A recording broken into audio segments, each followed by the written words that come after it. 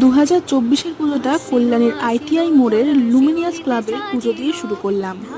বাইরে থেকে দৃশ্যটা খুব সুন্দর ছিল। মণ্ডপটা সামনে যত যাচ্ছিলাম তত যেন দেখতে খুব সুন্দর লাগছিল।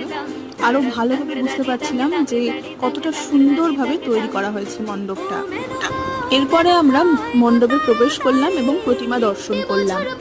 আজকে যেহেতু মহালয়ার পরের দিন ছিল, তাই সেরকম একটা ভিড় ছিল না। তবুও অনেক দূর দূর থেকে মানুষ এসে প্রতিমা দর্শন করছিলেন এবং মণ্ডপ সজ্জা দেখছিলেন। মণ্ডপ সজ্জা এবং প্রতিমা অসাধারণ হলেও মণ্ডপে প্রবেশ থেকে বেরোনো পর্যন্ত শুধু শুনে যেতে হয়েছে সিটির আওয়াজ, আর এখানে দাঁড়াবেন না, ওখানে দাঁড়াবেন না। আজ যেহেতু ভিড়টা কম ছিল, তাই প্রতিমা দর্শনের জন্য আরেকটু সময় দেওয়া যেত। এটা কল্যাণীরই আরেক জায়গার পুজো, রথতলার।